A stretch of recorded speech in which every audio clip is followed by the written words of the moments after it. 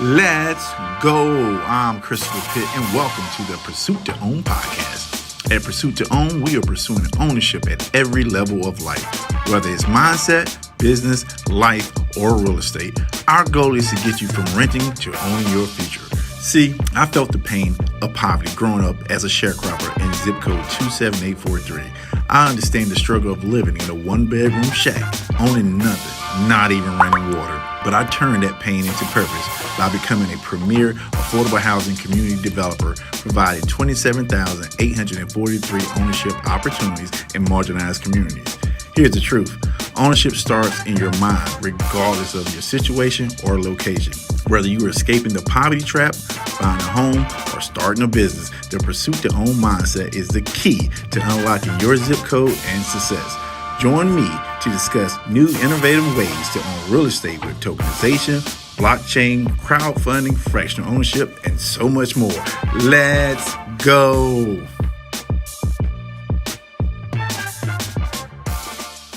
Welcome back to Pursuit to Own TV, where we want you owning at every level of life, guys. That's right, I'm talking to you, because today we got a packed agenda. We got someone that I've been fighting in the trenches. I mean the trenches, my entire life. This is someone that knows a lot more about first-time home buyers than most people that you're dealing with current today. So today our goal is to give you the three, and I mean three great ways that you can become more competitive when you're making an offer.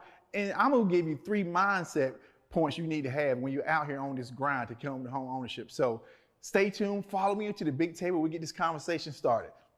This is a great one. Yes. This is a great indeed. one. Indeed. So you are the first guest on Pursuit to Own TV. How you doing today? I am doing fabulous, and what a pleasure. A pleasure. So let me bring this home to everyone. So I'm gonna introduce my guest properly, right?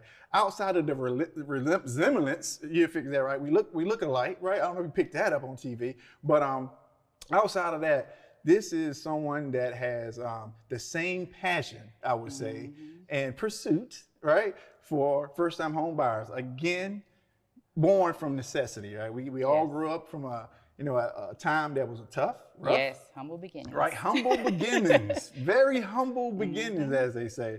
But we didn't let that deter us, right? So I would like you to be introduced as first my sister, Pamela Debnam Pitt. I must get it all in there, right? But more importantly, I'm so proud of what you have done in real estate, right? And I want everyone to know, because this is what I'm talking about, guys. This is when you do something and it creates legacy, because people are always watching, right? Just because you think it's just you taking this battle, but I try to explain to everyone, it's not just you. When you're first generational, you're carrying your entire family. You don't know how many generations down the line you're affected. So that's why you got to be in pursuit, because it means that much. So don't be deterred by if you can't get that first home, because it means too much to your legacy. The people you never even meet before, right? It means too much for you guys to get beat out in the market. And that's what we hear today. And more importantly, I meant the word proud, because this is someone that we have started companies together. Absolutely. We have had failures together. Absolutely. And we had some wins, baby. We had some wins as well. So we're not gonna leave that. So without further ado, I want to introduce you, because Pam has really been on this journey with me for a very long time.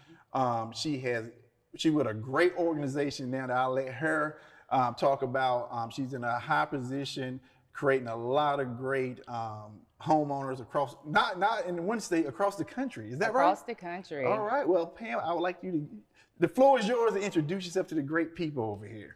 Absolutely. So yeah, Pam, his sister. Currently, I do head the brokerage for Hauser. So Hauser is currently in 40 plus states at the moment. 40. Okay. I kind of moved into the GM position, which is the head of brokerage position as well. I would say the reason why I joined goes back to humble beginnings, right? Probably 4+ years ago, just kind of seeing the market. Realtor broker, if I remember, right? Yeah, not being thrilled with some of the things happening. Right. And I just started researching and saw this company that pays agent salaries. I'm like, okay. Wait a minute. Wait. You mean to tell me all these years we've been running around here with, commission based, can't get anything. You telling me your organization pay realtors? They give them a real salary? So that was the thing. At first, I'm like, is it a low salary that you can't live off? Right. But no, it's an actual good salary plus bonuses. Wow.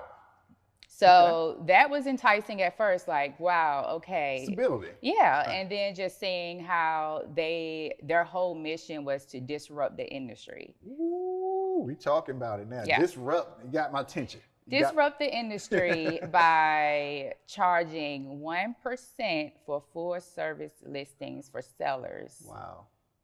1%. 1%, which typically it's at least 3, if not 6, when you get both of them, right? Yes, when it's a buyer agent.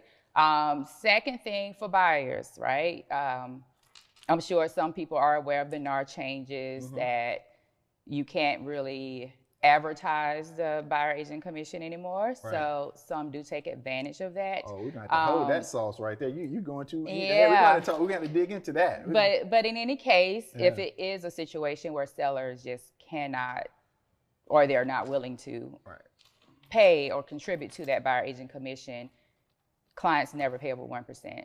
So 1% list, 1% buy. If it's a situation where it's a 2.5–3% commission, we rebate a portion of that to that buyer in order to assist in closing costs. You give money to the buyer. Absolutely. Wow. Yeah. 1% listing, and you are able to, for I guess certain transaction, maybe all, there's an opportunity to have a buyer rebate. It's the opportunity to have a buyer rebate. Wow. So as you can imagine, we're not the most liked brokerage out there because disruptive. It's disruptive, right? So that was pretty much why I joined. Right. So this is great. So we got the why. So what I wanted to establish for all of you is like, this is in our blood, man. Like when I tell you, this is not something we're faking to make. This is all we know. This is all we have done from every aspect of it, right? Pam has really dominated in the residential space in creating homeowners.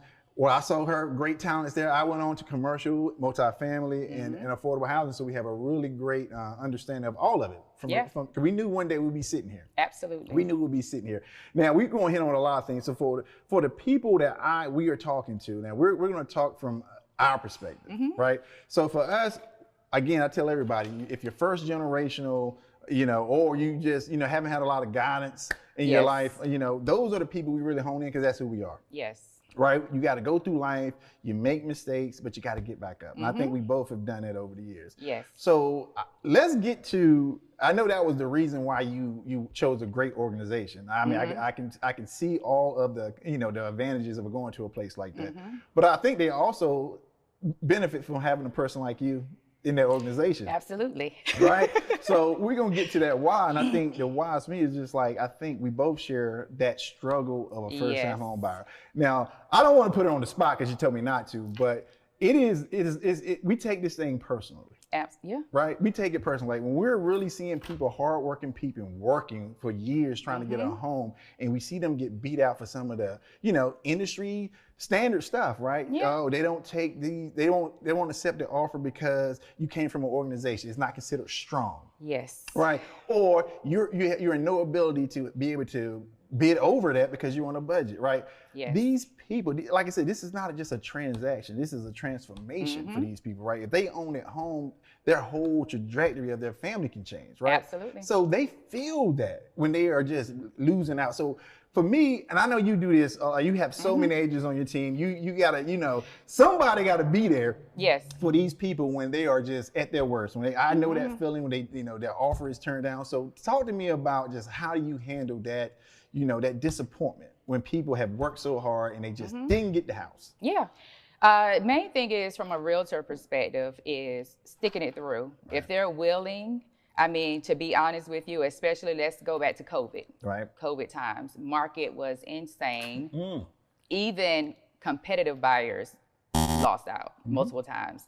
So with first-time home buyers, I would say I got 26 to closing that year. Wow. And I did an average of maybe 10 to 15 offers to actually get them there. Wait a minute. So that means they went and bid on 10 to 15 houses. Different properties. Wow. Because of the competition. Right. It's Many things. Main thing is down payment assistance All program. right, number one, down payment assistance. All right. Wonderful thing, right? Can definitely benefit buyers. Right. However, most of them require 45 days to close. Competitive offers can close in 25, 30 days. Let's frame that right there. Let's put a pin in that. So we're going to really break this down because I want you guys to understand this. This is like, we're going to try to break down each point so you understand exactly what we're saying. And I tell people this all the time, like down payment assistance can be viewed in two different ways, right? It is a great benefit to a person that's closing the gap and closing. So on the surface, it's an awesome thing. Yes. But the reality of it is in the marketplace, they don't feel the same. Right? Because to your point, you may have the same amount of, you know, it could be the same exact number, but the fact is you got to close in 45 days and that person closed in 30, right? Right. Boom, you're out the door. Not you're a bad person, but you just lost. You just lost. Because if they see other offers that can close in 25, 30 days, right, they go with those offers, right? Next thing would be type of financing. Oh, talk about it. Yeah. So while most people that are those first-time home buyers building their credit and savings, they tend to qualify for FHA. FHA to some sellers are, I would say, is not as bad as it really is. They try to say those appraisals are not the same as conventional, which is false. Right. But if they are being told that, that's what they look at. Right. So if they see someone is using a government-based loan, FHA, versus someone using conventional, they tend to go with a conventional to avoid either the property has to be in a certain condition for FHA, so they just try to, like, even if their property is show ready, it's like, don't even bother. We are the conventional person. Let's go with them. Number two, the type of mortgage you have can affect your offer in the marketplace. Yes. Again, guys, we are just really uncovering what really happens because so many, I'll just be honest, so many realtors out there, they're out there just to get a commission, right? They don't spend the time to tell the people, like, this is what you're going to get. It's not just the price. Like, it's other factors in place. And we got to be able to inform, like a pursuit to own. We inform people about our strategy. We want to know up front, like, this may happen because of X, Y, and Z. Yes. But if you do that up front and prepare them, it's not so devastating to them. It's not so devastating because they know the fight. So buyer consultation, we go through every one of those, like, what could happen. Please expect to go through multiple offers. As long as you're sticking in it, I stick in it. Wait a minute, you mean you can't just submit one offer and you get a house? No, it's very rare in most cases, unless you find a home that's sitting on the market. So we back to the same thing, pursuit, guys. You got to have pursuit, because what's going to happen is once you start, and like I said, you have did all the things right. You have done all the things right. That does not mean you're going to get the house. It does not. Does not mean you're going to get the house. And you got to be okay with staying in that fight. Yes. And sometimes you have to adjust as well. Everyone wants show ready. Like, renovated. I don't want to do anything. We have that conversation as well. Guess what? Renovated is wonderful. But guess what? Everyone wants renovated, right? Okay. So I tend to be like, open their minds to, if you get this property that needs some work, you can actually go in there, have less competition, do the upgrades yourself, and have more equity in your home you're building for yourself instead of this renovated, ready-to-go property.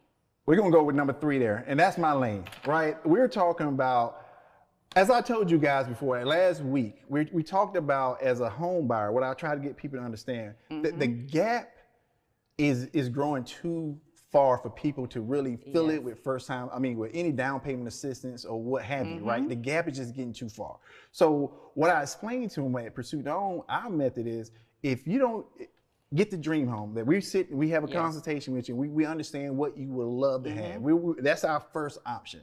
But the minute that is not available for you in that area you want to work at, we're flipping over to, you got to look for investment at that point. You're living in your investment that's going to create value for you, right? And that is what I think we're so positioned to do, because people don't talk that way, right? They don't want you to go spend time, because they can't sell the dream, right? They can't show you this is what this can be, because they don't tell them how it impacts their family. All they're talking about is the numbers, right? Is the numbers. Right, look at this house. But here's the thing.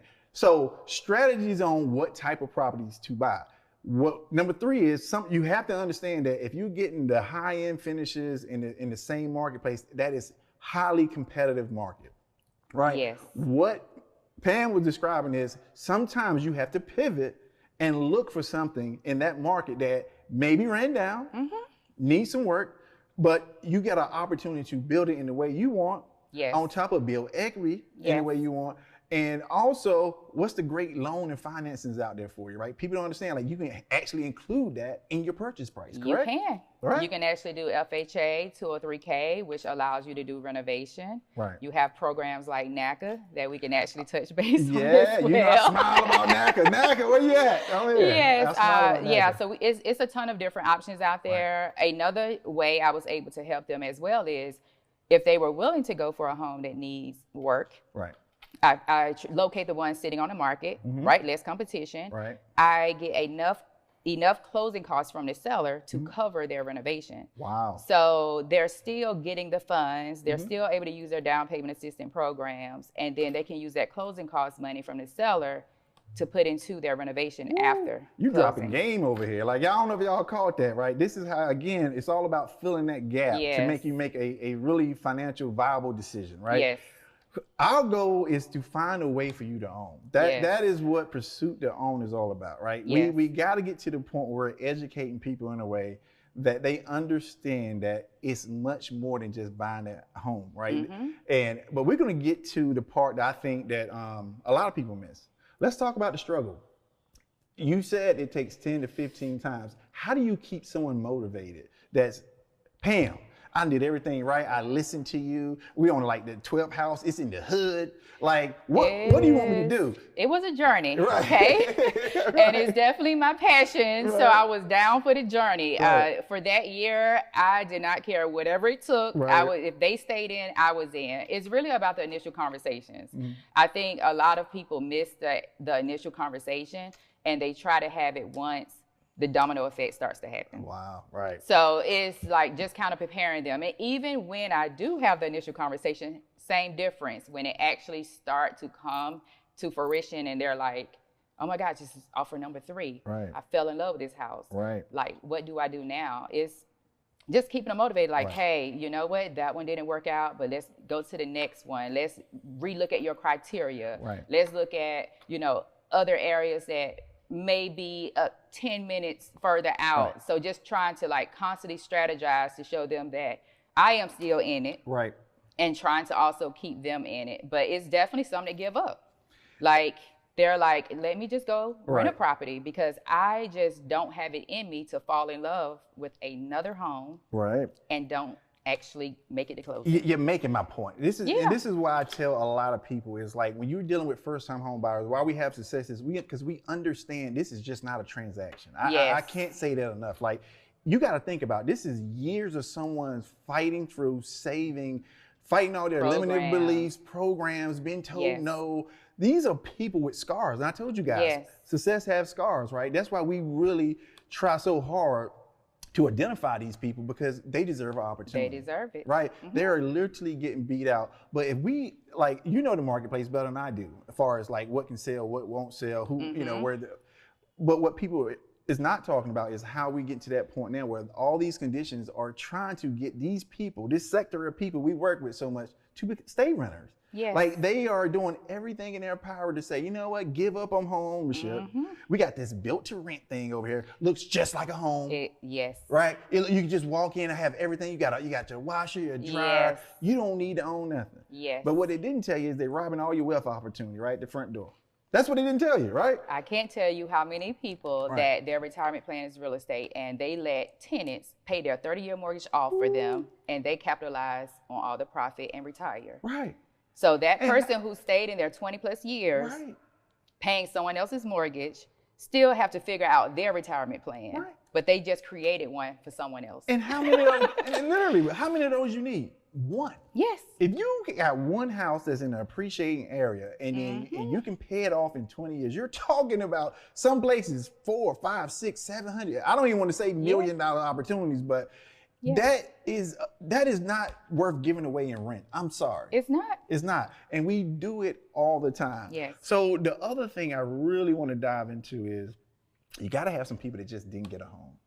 Like the people, what happens to the people when they just go back to renting? They're like, do you ever see them again? Or I mean, it's devastating. Hit or miss.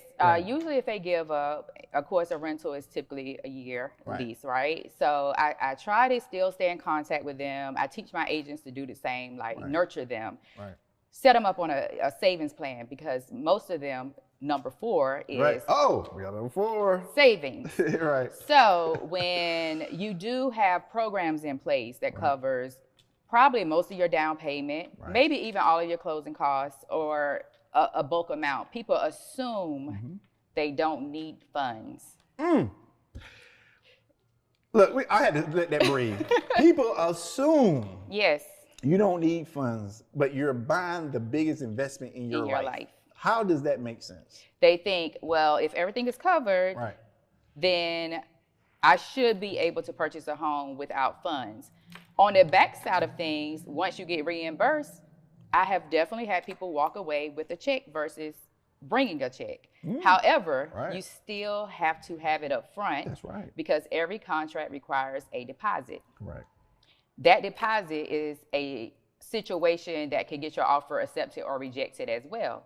If you have one person placing $3,000 and another person placing $7,000, $8,000, which offer do you go with? And what it really explains is A, it's a strategy. But B, it displays 2 things that people don't really understand. It displays your confidence in closing. And it also describe a person that has financially saved and have the right positive behaviors to be able to purchase a home. Because I don't know about you, and because you're dealing with so many transactions, but I'm still dealing with some of the people that just starting off in that hope lane, like I like to tell people, right? And the thing that gets me about it when you said no money, like people feel that way, is like you're in the hope lane. Their main focus is how much down payment assistance can I get? And they never talk about the mortgage. I'm like, wait a minute. Like the down payment assistance is like this part, this much. Like this much. So, and it's like, and I get very upset by some of the, like no one focuses on that. Like you gotta be bankable. It's not a dirty word or something to say, I need to save money. I need to be in position to buy. Like I think that's what we do is are really good at pursuing our own. And as us, as a team in general, like bringing people along to put them in position. Because you know this market better than I do, right? If you ain't in position, when something comes available that you can't afford, you're done. It ain't no, I come back 2 months from now. It's none of that. It's none of that. It's hit or miss. So the rule of thumb with that, even with programs, they want to see 2 months of payment in your account. If you can't show that, although you're not spending it right away, if you don't have that, you can lose your down payment assistance programs. Even for me as a realtor, I want to know that you have some reserves, because I don't want to sell you a house and you go into foreclosure. Did we talk about this, guys? Did we talk about we don't want to make you a prisoner of that home you purchased? We do not want to make you a prisoner of the property. That's what we think about. We think for you. Like we worry about your problems more than we do, right? So, and that's the difference when someone that cares and understands the power. So let me ask you this other question. Because people always ask me, Chris, why do you stay in this? Like, why do you still continue this path? Because these are some tough. It is tough. It's a tough demographic of people to try to get success for. It takes time. It's nothing quick about creating these homeowners, right? So for me, I want to know if you still get that chill, And for me, I got a different perspective of now I'm more of a real estate developer. Like I'm building the house up. I'm watching this, but it is still something about when I see someone close. Someone that didn't think they can own a home, right? I get these flashbacks of just mom and just us, and just like, and just, I still get it, right? It's just like, I'll tell everybody, we didn't own that home, but you remember when we moved. And what it felt like to be in it was calm, it was ours, our own space, and I see that, and that keeps me going, you know what I mean? While other people are just trying to wave and take the picture, like we're really understanding what that really meant. That moment, what it's going to mean for that person going forward, right? So you see transaction after transaction. Like, do you still get that same feeling? The same feeling. And when I actually closed the ones, as you said, like they're the first generation, I think I had at least 5 last year. And their ages, one was like almost 60 years old. 60. first to own Shout a out to whoever property. 60. Yes. I mean, she's still, that's pursuit.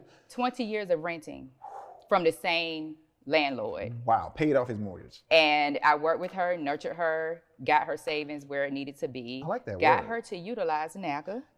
We're going to have to come back to a whole other segment on NACA. And she was able to be the first person in her immediate family to purchase a home. God. And she is the age of 60. Let me tell you something. Now, that is transformational. We're talking about somebody that is 60 years old that still felt like it was that important that she needed to own something on this earth. She needed to own something. And now she has something that she can pass down to her kids. And the thing about the other part of it is, we often are invited back to some of these home buyers. We don't, we stay with them. They're always, in our network or whatnot. But have you noticed, like when you walk in there, like that person you met in the beginning that was, fragile renter, and then and that person you see just say, a couple months later, you in their home, they invite you to a barbecue. That confidence level, like it's different. Like, do you still see that when you have your people? Oh, absolutely. I always get the invites. Right. I always do my check-ins, drive-bys, and just like even after the closing, as you said, like that it's a feeling that you get like when you walk up first year in their house and they're just smiles, like they're so thankful, and they have their own home that they control. Ooh. They can do whatever they want to it. They ain't worried about the rent going up. They don't have to worry about the rent going up. They can change colors and they gotta ask nobody. They don't have to ask anyone. Like it's a different feeling, and as you said, you see a transformed person. Now we talking, and that's what the business, when we use real estate to transform the person as well, people. So this has been a fire episode. Look, this ain't gonna be the last time you see my 2020 over here. We got a lot of experience in this space. First time we got a lot of things we're doing together. We got a lot of things that I'm partnering with her organization with. I'm gonna give a big shout out to Hauser if you're out there. My God, I mean, their deal was so good that I'm a real estate broker to this day. I had to take Hauser's deal because their deal was better than mine. How is that possible? How is that possible? But before we leave, as always, guys, I hope this information is hitting the right people. Like these are the people that we're trying to inform, like to not give up on your journey, right? I want you to understand there will be certain things you have to go through, but that's what Pursuit is about. Like if you have the right people around you to get you and have you to understand why it's worth it. I think that's what we missed. Like, why is it worth it? Like to your point, I've told many people, you're not ready. It's been people that they have bid to a point on a home, and I thought they may become a prisoner of that property because they see everybody else overbid, and we say no, don't do it.